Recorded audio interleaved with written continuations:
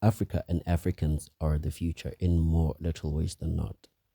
We are the youngest population demographic, and we also give birth at like reproducible rates, right? So a lot of Asian and European countries aren't giving birth at replaceable rates.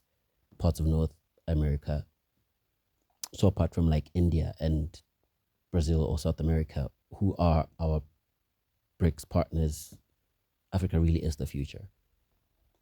So people do know that, right? Like we're the market then for the future. So businesses, companies, countries, anybody that's trying to sell anything, you should be trying to set up in Africa. But, so that's why we have all of these Africa, Asia, Africa, Korea, Africa, China, Africa, Italy, Africa, US, Africa, Germany, Africa, EU, right? All of these continental management strategies where people have strategies for Africa.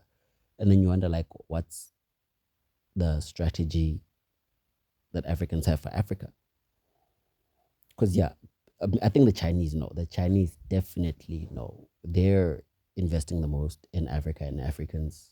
They're Africa's biggest lender, South Africa's biggest trading partner. Again, our BRICS brother and sister.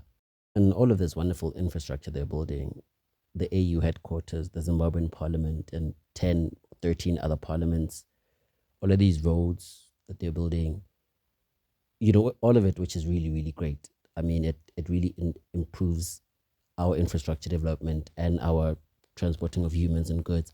But it's like, it's never really at the level that they're doing it in China, right? They're not giving us their first world infrastructure, right? So it's like that also leaves a lot to be questioned because we deserve and we want to be developed. But I guess if they're paying for it, then they're all in right.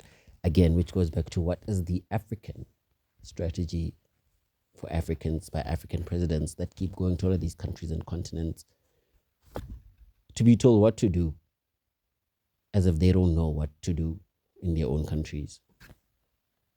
But again, I want to give it up to China. Like, China has built so much infrastructure in Africa that when people are printing their currency, then they put on their national monuments.